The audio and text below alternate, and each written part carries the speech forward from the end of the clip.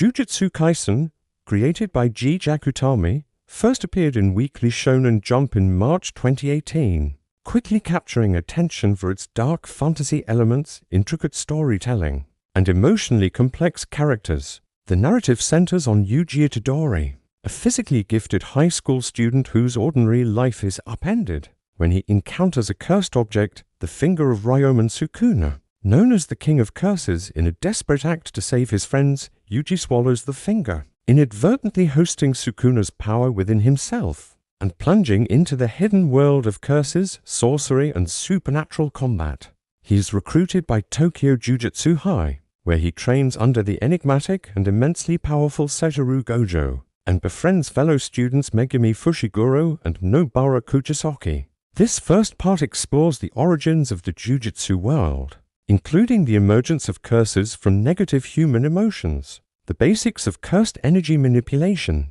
and the philosophical underpinnings of life, death, and morality that pervade the series. It also introduces key themes, such as the delicate balance between power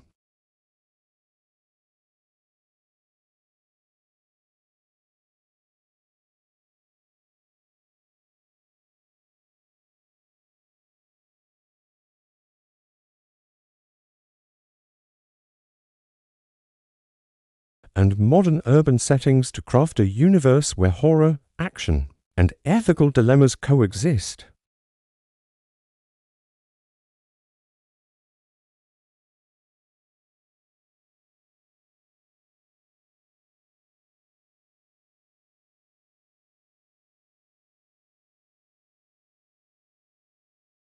Part 2 focuses on Yuji Itadori's initiation into the structured yet brutal world of Jujutsu sorcery, beginning with his early training at Tokyo Jujutsu High, and the formal introduction of Satoru Gojo as both mentor and ideological force within the series. Gojo is presented not merely as an overpowered teacher, but as a disruptive figure who challenges the rigid traditions of the Jujutsu society, believing that the next generation must surpass the old order to survive an increasingly dangerous curse-filled world. This section explains in detail the fundamentals of cursed energy control, including how sorcerers channel negative emotions into power, the importance of physical conditioning, and the mental discipline required to avoid being consumed by one's own energy. Yuji's natural athleticism contrasts sharply with his lack of technical control, highlighting the series' core idea that raw strength alone is meaningless without understanding and purpose.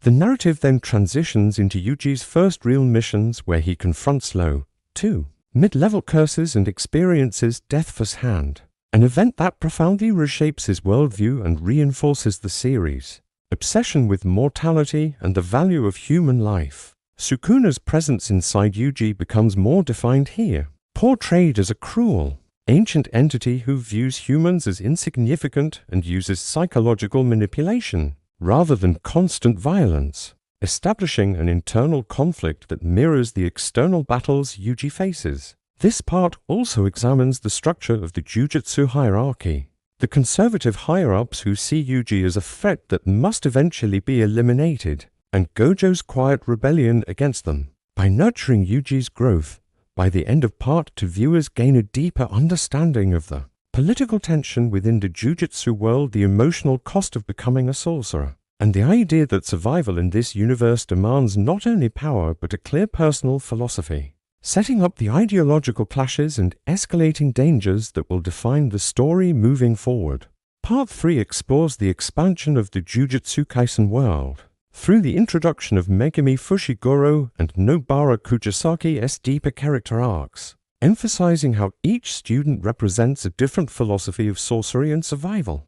Megumi's inherited 10 Shadows technique is examined in detail, including its historical significance within the Zenin clan and how his internal conflict choosing who deserves to be saved stands in contrast to Yuji's belief that everyone's life has equal value. Nobara's background and motivations are explored as well, highlighting her rejection of traditional gender roles within the Jujutsu society and her unapologetic confidence, which adds emotional complexity and realism to the group dynamic.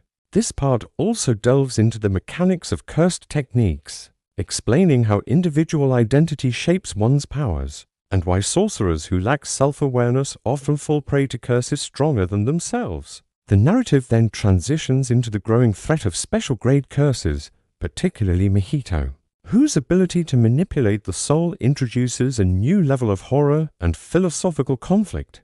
Mahito is portrayed not just as a villain, but as a dark reflection of humanity itself, embodying cruelty, curiosity, and the absence of moral restraint. His clashes with Yuji force the protagonist to confront the limits of compassion, and the reality that some entities cannot be reasoned with. The part concludes by examining how these early confrontations permanently scar the students emotionally, stripping away their innocence and reinforcing the idea that becoming a Jujutsu sorcerer means accepting a life where trauma is unavoidable and moral certainty is constantly tested, pushing the story into darker and more complex territory. Part 4 shifts the documentary's focus toward the escalating danger of the curse world, and the widening gap between inexperienced students and the brutal reality of high-level sorcery, beginning with an in-depth examination of special-grade curses and why they represent an existential threat to humanity. This section explains the classification system used by Jujutsu Society, detailing how curses evolve based on fear, hatred, and mass trauma, and why modern society filled with anxiety, urban isolation, and suppressed emotions has become fertile ground for their rapid growth. The narrative then centers on the Cursed Womb Incident and other early large-scale missions, where Yuji, Megumi, and Nobara are pushed far beyond their limits, forcing them to rely on instinct rather than training. Yuji's repeated exposure to death and suffering deepens his internal conflict, while Sukuna's increasing influence highlights the danger of carrying immense power without full control. This part also explores Satoru Gojo's overwhelming strength in detail, breaking down his limitless technique and six eyes ability not as simple power fantasy, but as a narrative tool that reveals the fragility of the existing Jujutsu system one individual holds, so much power that the balance of the world depends on his presence. The documentary examines how this imbalance fuels fear among the Jujutsu elders, and motivates hidden enemies to plot in the shadows. The tone of this section becomes increasingly dark, emphasizing that the students' early missions were merely a prelude to the catastrophic events ahead. And by the end of Part 4, it becomes clear that the world of Jujutsu Kaisen is moving toward an unavoidable crisis, where survival will demand sacrifice, ideological compromise, and irreversible loss. Part 5 delves into the internal structure and corruption of the Jujutsu world, shifting the focus from external curses to the deeply flawed human systems that govern sorcery. This section examines the conservative leadership of the Jujutsu higher-ups, their obsession with tradition, secrecy, and control, and how their fear of change creates an environment where young sorcerers are treated as expendable resources rather than individuals. Satoru Gojo's ideological opposition to this system is explored in depth, highlighting his belief that true reform can only come through educating and empowering a new generation strong enough to dismantle the old order.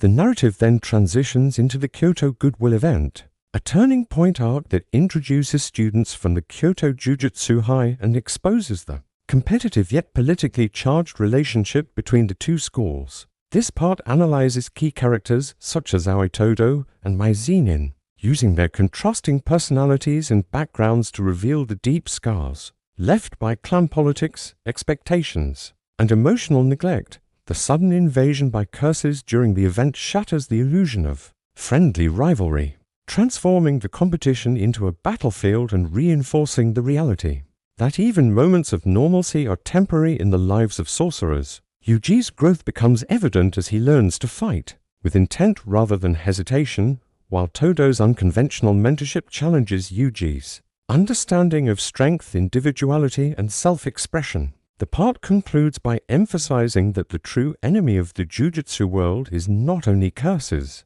but also the rigid ideology that sacrifices humanity for order, setting the stage for future arcs where the consequences of this corruption will erupt on a catastrophic scale. Part 6 examines the evolution of combat philosophy and psychological endurance within Jujutsu Kaisen, focusing on how battles are not merely physical confrontations, but reflections of each character's inner beliefs and trauma. This section begins by analyzing Yuji Itadori's growing struggle with guilt as the body count rises around him, forcing him to confront the painful reality that good intentions cannot always prevent tragedy.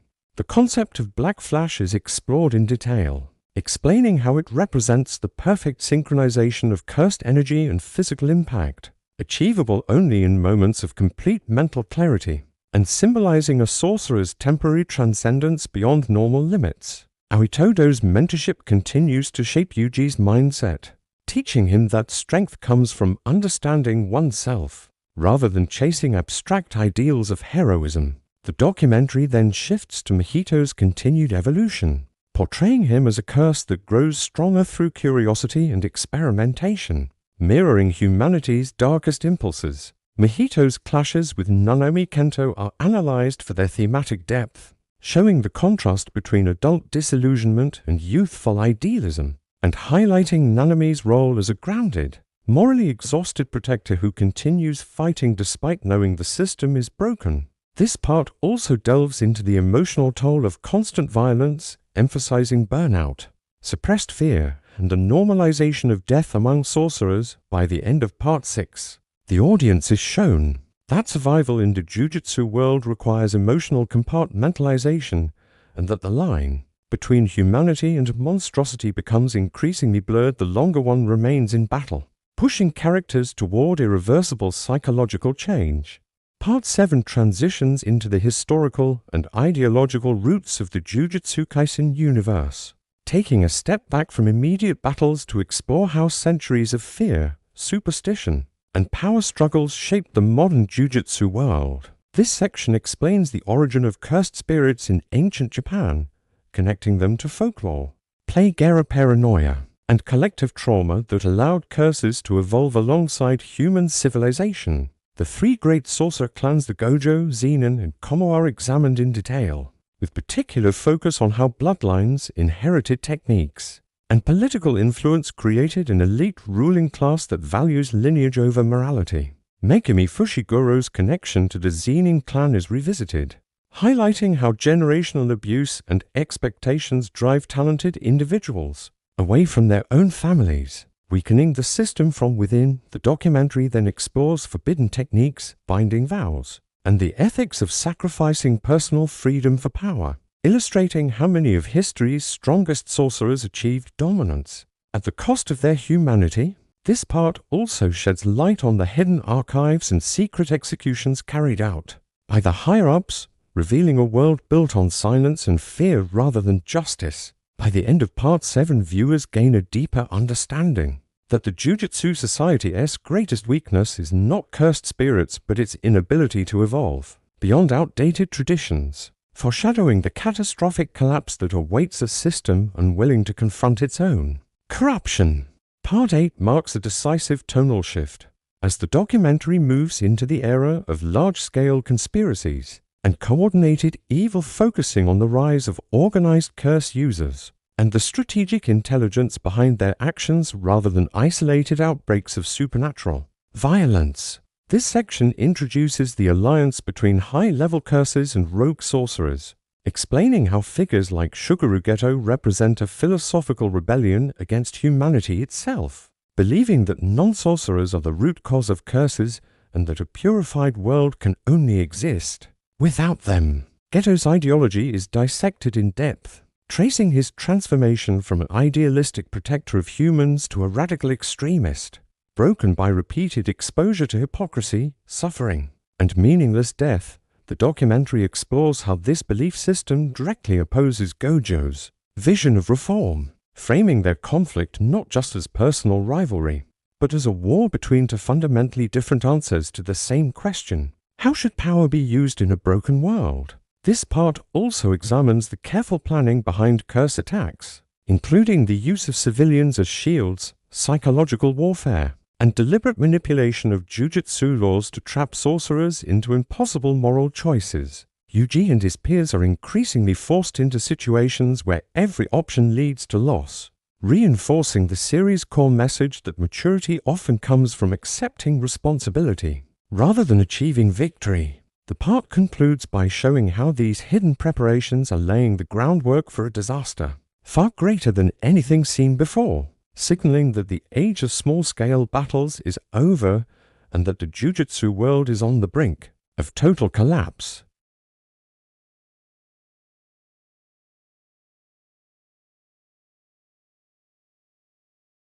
And long-term planning that leads toward the Shibuya Incident. One of the most defining arcs in modern anime history, this section explains how curses and rogues, sorcerers begin exploiting urban density, mass fear, and civilian vulnerability, recognizing that modern cities are ideal breeding grounds for cursed energy. On an unprecedented scale, the strategic importance of Shibuya is broken down in detail, not just as a location, but as a symbolic intersection of humanity, nightlife, isolation, and suppressed emotion, making it the perfect stage for a ritual designed to overwhelm even the strongest sorcerers. The documentary explores how Satoru Gojo's existence fundamentally alters enemy strategy, forcing antagonists to abandon brute force in favor of sealing, deception, and psychological manipulation. This part also dives deeply into the mechanics and implications of domain expansion, explaining why it represents the peak of Jujutsu combat and how its guaranteed hit nature reflects the idea of absolute dominance within one's worldview. Parallel character arcs are highlighted, showing Yuji Megumi and Nobara slowly being separated from Gojo's protective shadows, symbolizing the loss of safety and the inevitability of personal responsibility. The narrative emphasizes rising tension through subtle details, missing sorcerers, unusual curse behavior, and political paralysis among the higher-ups, illustrating how disasters rarely arrive suddenly but instead form through layers of ignored warnings. By the end of Part 9, the audience understands that Shibuya is not a random attack but the result of years of ideological conflict, strategic patience, and systemic failure, making the coming destruction feel tragically unavoidable rather than shocking. Part 10 plunges directly into the opening phase of the Shibuya Incident, presenting it not as a single event, but as a carefully engineered collapse of order, designed to break the strongest pillars of Jujutsu society simultaneously. This section begins by explaining how October 31st becomes a calculated trap, with civilians deliberately confined underground, creating a moral deadlock where sorcerers are forced to choose between saving lives and engaging enemies. The sealing of Satoru Gojo is analyzed step by step, emphasizing that brute strength alone is useless against preparation, psychological warfare, and the exploitation of compassion. The prison realm is explored in detail, including its ancient origins, activation conditions, and symbolic meaning as a coffin built specifically for an unbeatable godlike figure, representing the idea that even absolute power can be neutralized through patience and understanding of human weakness. The documentary then shifts to the chaos unleashed by Gojo's absence, showing how curses immediately escalate their attacks. Fully aware that the balance of the world has shifted, Yuji Itadori's emotional collapse is examined as he realizes that for the first time, there is no safety net, no invincible teacher to clean up the consequences, and no clear path forward. This part also explores how the Shibuya Incident exposes the fatal flaw of the Jujutsu system, its dependence on a single individual rather than sustainable collective strength, while civilians suffer invisibly beneath the battlefield. By the end of Part 10, the audience understands that Shibuya is not just a battle arc, but the symbolic death of the old world order, marking the moment where survival becomes uncertain and every character is forced to stand on their own in a reality stripped of protection, certainty, and hope. Part 11 delves into the psychological and emotional devastation that unfolds in the immediate aftermath of Gojo's sealing, focusing on how the sudden absence of stability fractures both the battlefield and the minds of the sorcerers trapped within Shibuya. This section examines how experienced fighters like Nanami, Mei, and other Grade 1 sorcerers are forced into constant motion, battling without rest or clear communication, which leads to exhaustion, mistakes, and rising casualties. Yuji Itadori's descent into despair becomes a central theme, as he witnesses mass death and destruction caused indirectly by Sukuna's power, forcing him to confront the unbearable weight of responsibility for lives lost beyond his control. The documentary analyzes Sukuna's rampage in detail, not as a spectacle, but as a deliberate narrative tool meant to shatter the illusion that power can be safely contained, highlighting how Sukuna embodies pure dominance devoid of empathy or restraint. Megumi's near-fatal encounters and growing desperation are explored to show how even the most disciplined sorcerers are pushed towards self-sacrifice, while Nobara's fate marks a turning point where emotional trauma replaces youthful confidence. This part emphasizes how Shibuya transforms the series from a coming-of-age story into a meditation on grief, survivor's guilt, and moral injury, demonstrating that trauma in Jujutsu Kaisen is not temporary but accumulative and permanent. By the end of Part 11, the audience is confronted with the reality that victory no longer exists in traditional terms, and that simply enduring the night becomes the only measure of success in a world consumed by chaos and irreversible loss.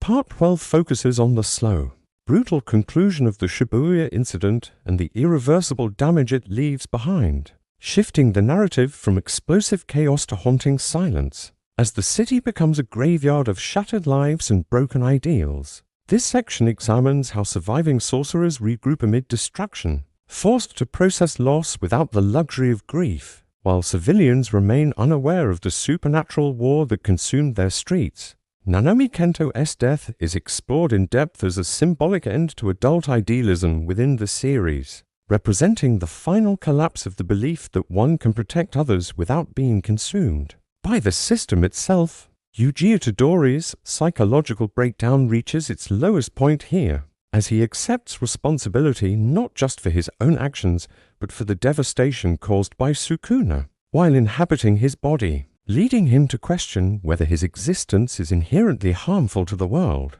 The documentary also analyzes the aftermath of Nobara Kugisaki's fate, emphasizing the narrative decision to leave her condition ambiguous, as a reflection of unresolved trauma rather than closure. Megumi Fushiguro's descent toward emotional numbness is examined as a survival mechanism, highlighting how repeated exposure to death forces young sorcerers to abandon hope in favor of function. This part concludes with a detailed explanation of the immediate political fallout within Jujutsu society, including the declaration of Yuji's execution, Gojo's permanent sealing, and the exposure of systemic hypocrisy among the higher-ups, making it clear that Shibuya was not just a disaster, it was the event that officially ended the old world and gave birth to something far darker and far more unstable.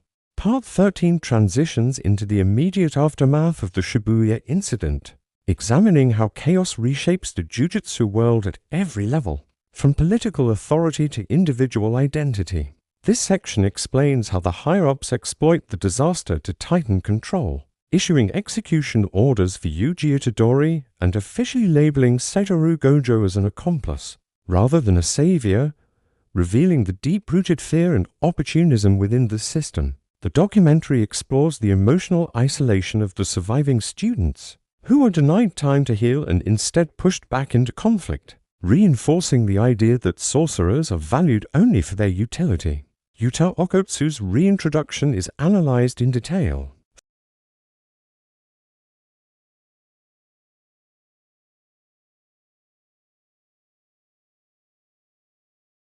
This part also delves into the release of thousands of curses across Japan, explaining how Kenjaku's actions destabilize the nation and force ordinary citizens to confront a reality they were never meant to see. The philosophical contrast between secrecy and exposure is examined, highlighting how hiding the truth about curses ultimately creates greater suffering. By the end of Part 13, the audience understands that the post-Shibuya world is not one of recovery.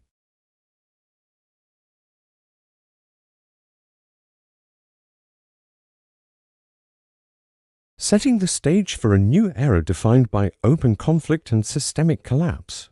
Part 14 shifts the focus toward Kenjaku's long-term vision and the philosophical foundation behind the chaos unleashed after Shibuya, presenting him not as a conventional villain but as a patient, architect of evolution who views humanity as an unfinished experiment. This section explores Kenjaku's centuries-long existence through body hopping, explaining how his accumulated knowledge of cursed energy, human psychology, and social systems allows him to manipulate events on a scale no single sorcerer ever could. The documentary breaks down his core belief that stagnation is the true enemy of progress, and that forcing humanity into contact with curses and sorcery will either lead to extinction or a higher form of existence, making suffering an acceptable cost in his eyes. Yuji Itadori's continued survival is analyzed as a direct contradiction to Kenjaku's ideology, representing empathy and responsibility in a world pushing toward cold utilitarian logic. This part also examines the uneasy alliances formed in the post-Shibuya era, where former enemies cooperate out of necessity, blurring traditional definitions of justice and loyalty.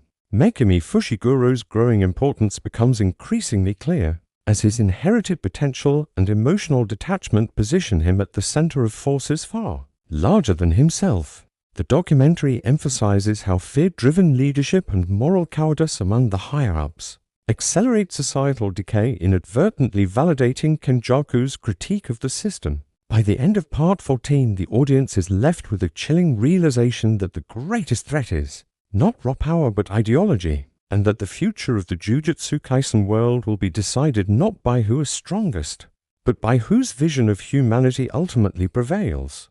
Part 15 delves into the Culling Game, the next major arc that represents the systematic escalation of conflict and the expansion of the Jujutsu Kaisen universe beyond Japan, transforming the series from localized battles into a global-scale catastrophe. This section begins by explaining the rules of the Culling Game in meticulous detail, including the point system, restrictions on cursed techniques, territory designations, and how the game enforces lethal competition among sorcerers and civilians alike, forcing participants to confront moral dilemmas at every turn. The documentary explores the ideological significance of the Culling Game as Kenjaku's ultimate social experiment, designed to challenge humanity's survival instincts and adaptability, while simultaneously accelerating the evolution of cursed energy. Yuji Itadori's role is highlighted as both participant and moral anchor, his compassion continually tested against overwhelming odds,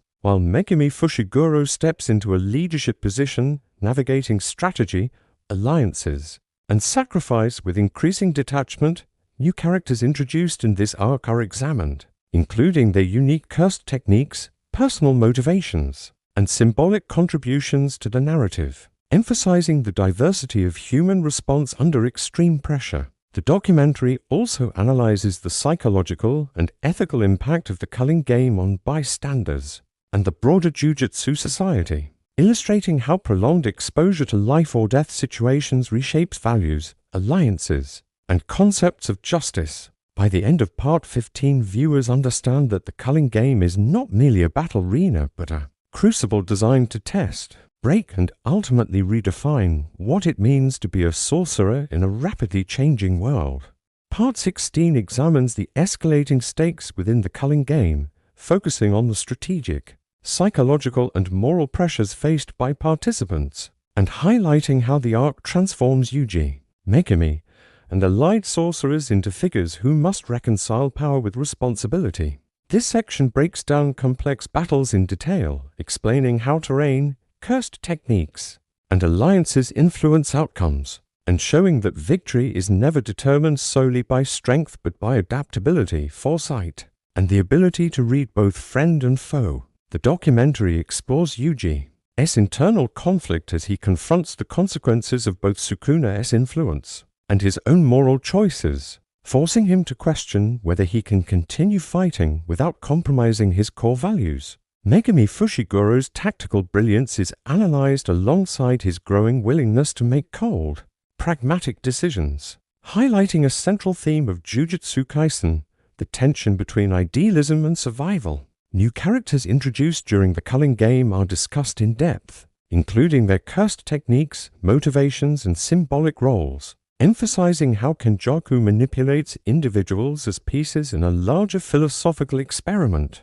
The narrative also explores the psychological toll of continuous exposure to death, fear, and moral compromise, showing how repeated trauma reshapes not only physical skills but emotional resilience. By the end of Part 16, viewers gain a deep understanding that the Culling Game represents a turning point. In the series where traditional notions of heroism are challenged, alliances are fluid, and survival requires both strategic acumen and emotional fortitude.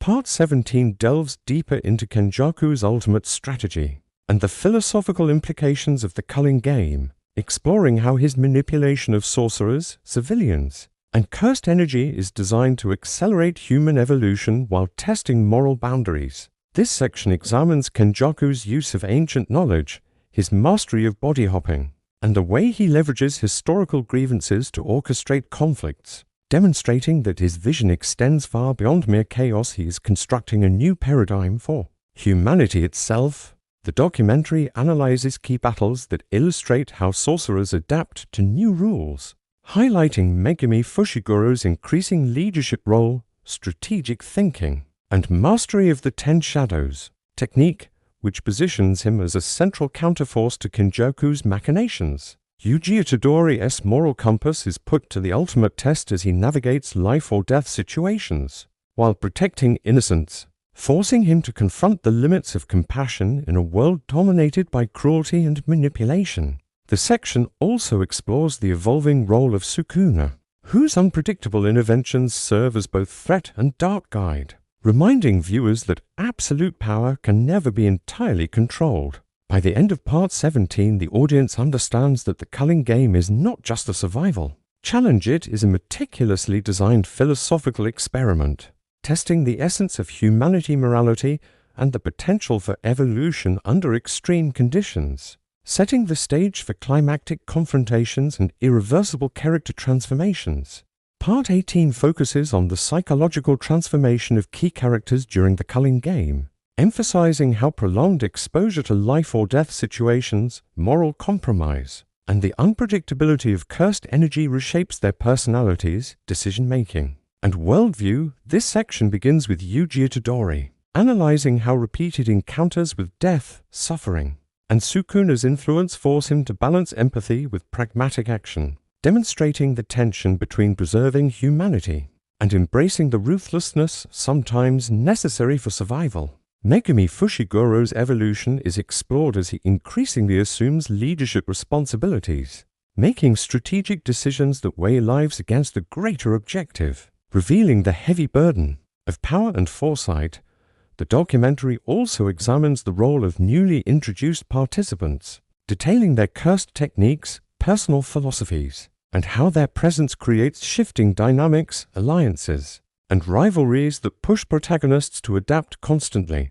Additionally, Kenjaku's overarching manipulations are analyzed, highlighting how the Culling Game functions as a controlled chaos scenario designed to test resilience, moral flexibility, and the latent potential of humanity when extreme pressure is applied. By the end of Part 18, viewers gain insight into the psychological stakes of the series, understanding that Jujutsu Kaisen is as much about internal battles, ethical dilemmas, and emotional endurance as it is about cursed energy and combat, setting the foundation for the narrative's approaching climax.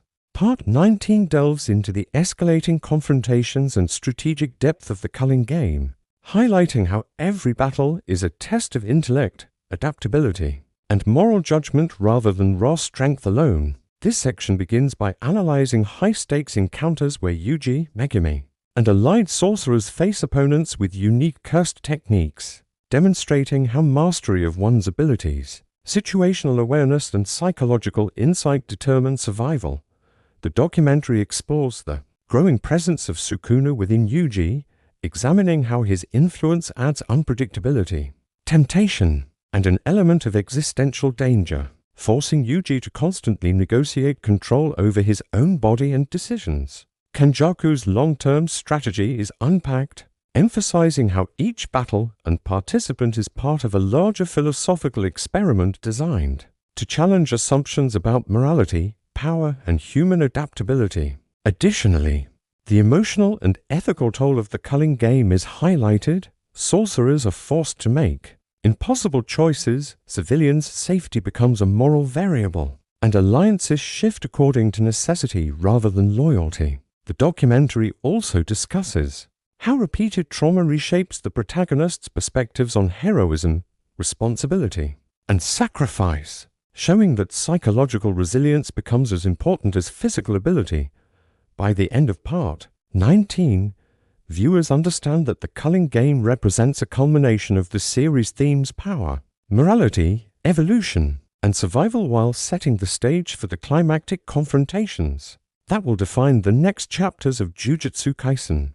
Part 20 examines the climactic escalation of the Culling Game, where strategies, alliances, and personal philosophies collide in battles that test the limits of cursed energy, endurance, and morality. This section begins with detailed analysis of how Yuji Itadori confronts life-threatening scenarios while attempting to preserve his core values, emphasizing his struggle to reconcile empathy with the harsh realities of survival. Megumi. Fushiguro's tactical brilliance is highlighted, illustrating how his growing mastery over the Ten Shadows technique and strategic foresight make him a pivotal force against both Kenjaku's manipulations and unpredictable cursed adversaries. The documentary also explores Kenjaku's broader objectives, showing how his orchestration of the Culling Game forces participants to adapt under extreme pressure, creating a controlled chaos that accelerates human evolution according to his philosophical vision. Sukuna's interventions are analyzed in detail, demonstrating the duality of his presence as both a catastrophic threat and a dark mirror to Yuji's moral choices, reinforcing the ongoing theme of internal versus external conflict. Emotional and ethical stakes are emphasized, including the psychological toll of witnessing allies suffering, facing unavoidable deaths, and making decisions where every choice carries grave consequences.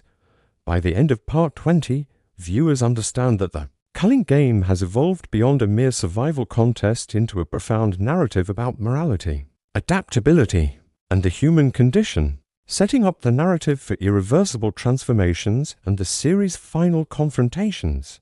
Part 21 explores the turning points within the Culling Game, focusing on critical battles and character development that shape the trajectory of the arc and redefine the stakes of survival.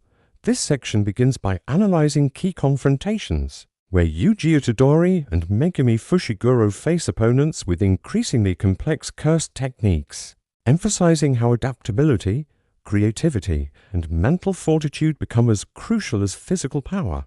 The documentary examines the evolving dynamic between Yuji and Sukuna, highlighting moments where Sukuna's influence pushes Yuji to confront moral dilemmas, accept the consequences of past actions, and understand the true cost of wielding immense power.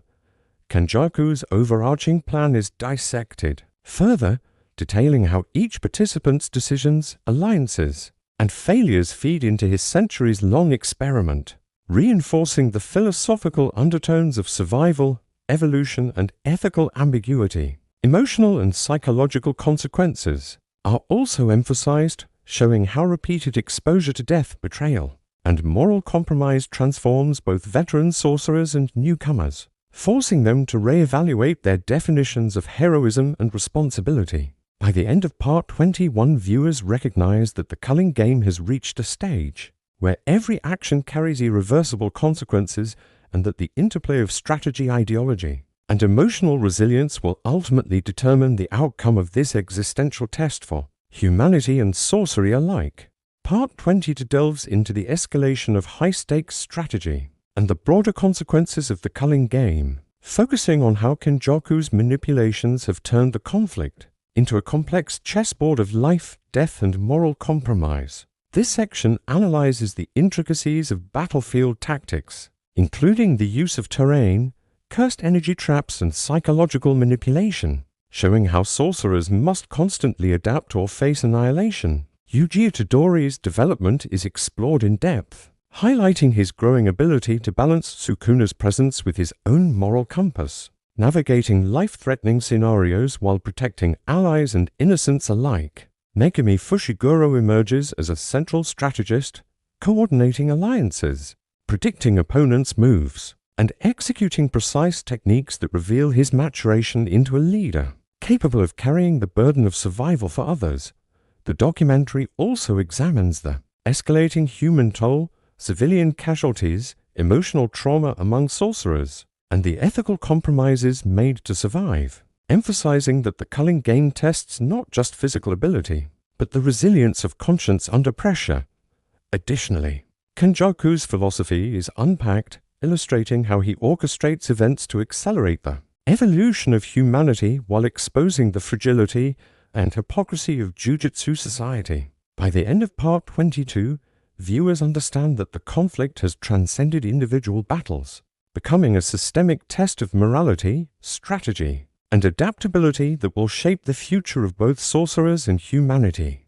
Part 23 examines the culmination of strategic and moral challenges during the Culling Game, highlighting how every participant's decisions influence not only immediate survival, but the long-term trajectory of humanity and the Jujutsu world. This section focuses on Yuji Itadori's increasingly complex role as both a moral anchor and a tactical fighter, balancing Sukuna's unpredictable presence with his own ethical obligations, which underscores the series' recurring theme of internal versus external conflict. Megumi Fushiguro's growth is analyzed in detail, showing how he integrates his inherited Ten Shadows technique with real-time strategy, demonstrating a maturity and decisiveness that positions him as a pivotal counterbalance to Kenjaku's manipulations. The documentary explores Kenjaku's broader objectives, revealing the intricate layers of his centuries-long planning, including how the structure of the Culling Game is designed to reveal the latent potential of both sorcerers and ordinary humans under extreme duress. Key battles are dissected to demonstrate the interplay of cursed techniques, intelligence, and psychological insight, emphasizing that brute strength alone is insufficient to survive or influence outcomes. Emotional stakes are examined, showing how trauma, loss, and ethical compromise shape character decisions, alliances, and rivalries, highlighting the series' focus on the human condition amidst supernatural chaos. By the end of Part 23, viewers recognize that the Culling Game is both a physical and philosophical crucible, pushing characters toward irreversible growth, moral reckoning, and the eventual confrontation with Kenjaku's ultimate vision for humanity. Part 24 delves into the philosophical and existential stakes of the Culling Game, emphasizing how Kenjaku's orchestration challenges not only the sorcerer's abilities, but their very understanding of morality, life, and human evolution. This section examines the intricate rules of the game, including territory control, point accumulation, and the integration of civilians as variables, showing how the system forces participants to weigh ethical considerations against survival instincts. Yuji Itadori's moral journey is explored in depth, illustrating his ongoing struggle to protect life while confronting Sukuna's opportunistic interventions, which create dilemmas that question whether absolute control over power is ever possible. Megumi Fushiguro's evolution into a central tactical and moral figure is highlighted, analyzing how his leadership, strategic foresight, and emotional restraint make him a key counterforce against Kenjaku's experimental manipulations. The documentary also examines the systemic impact on the Jujutsu world, including how the game exposes weaknesses in hierarchical structures, the limitations of traditional techniques, and the inability of older sorcerers to adapt to unprecedented challenges. Emotional and psychological consequences for both sorcerers and civilians are emphasized, revealing how repeated exposure to life-or-death situations reshapes priorities, alliances, and concepts of justice. By the end of Part 20, viewers gain a nuanced understanding that the Culling Game functions as both a literal battlefield and a philosophical crucible, testing the resilience, morality, and adaptability of every participant, setting the stage for the final confrontations and revelations of the arc. Part 25 focuses on the climactic confrontations and moral reckonings, as the Culling Game reaches its critical phase, where the actions of individual sorcerers begin to have far-reaching consequences on the world and on Kenjaku's ultimate vision. This section begins by analyzing key battles in which Yuji Itadori and Megumi Fushiguro confront opponents with highly specialized cursed techniques, emphasizing that survival requires not only physical skill but emotional resilience, creativity, and rapid strategic adaptation. The documentary examines Sukuna's growing influence within Yuji, showing how the King of Curses exploits moments of moral vulnerability to test Yuji's resolve and push the boundaries of his ethical decision-making.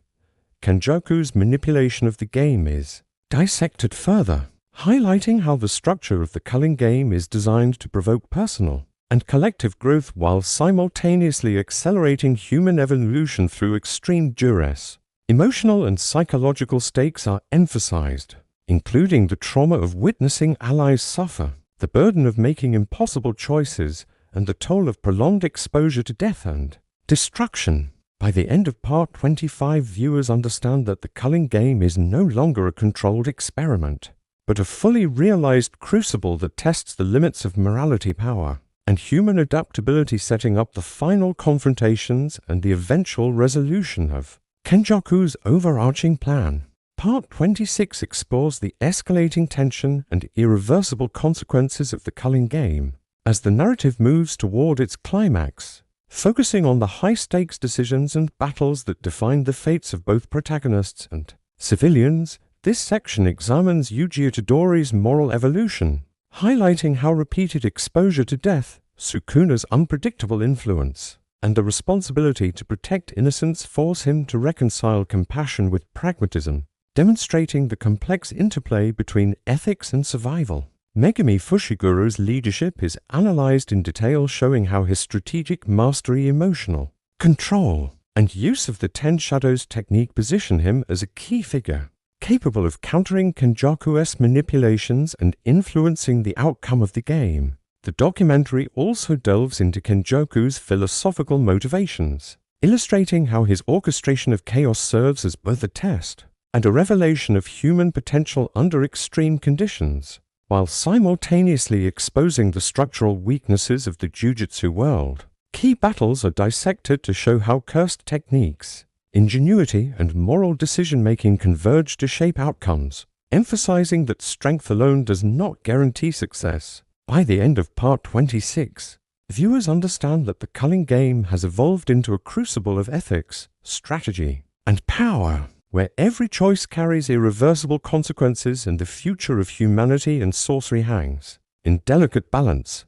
Part 27 serves as the culmination of the Culling Game arc and the philosophical apex of Jujutsu Kaisen, focusing on the final confrontations, ideological resolutions, and the irreversible consequences for all characters involved. This section examines Yuji Itadori's ultimate struggle to balance his compassion with the overwhelming realities of Sukuna's presence, the relentless threat of Kenjaku, and the moral complexities of survival, demonstrating that true heroism in this universe is defined as much by ethical choice under pressure as by raw power. Megumi Fushiguro's evolution is highlighted as he emerges as both a tactical and symbolic leader, integrating his mastery of the Ten Shadows technique with strategic foresight to counter Kenjaku's manipulations while embodying the tension between moral restraint and pragmatic action. The documentary also analyzes Kenjaku's final maneuvers, showing how his centuries-long experiment forces every participant to confront their beliefs, fears,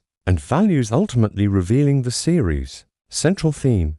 The interplay of power, morality, and human adaptability determines not only survival, but the shape of the future. Emotional, psychological, and philosophical consequences are examined in depth, including the permanent scars borne by survivors, the reshaping of alliances, and the dissolution of old hierarchies within the Jujutsu world.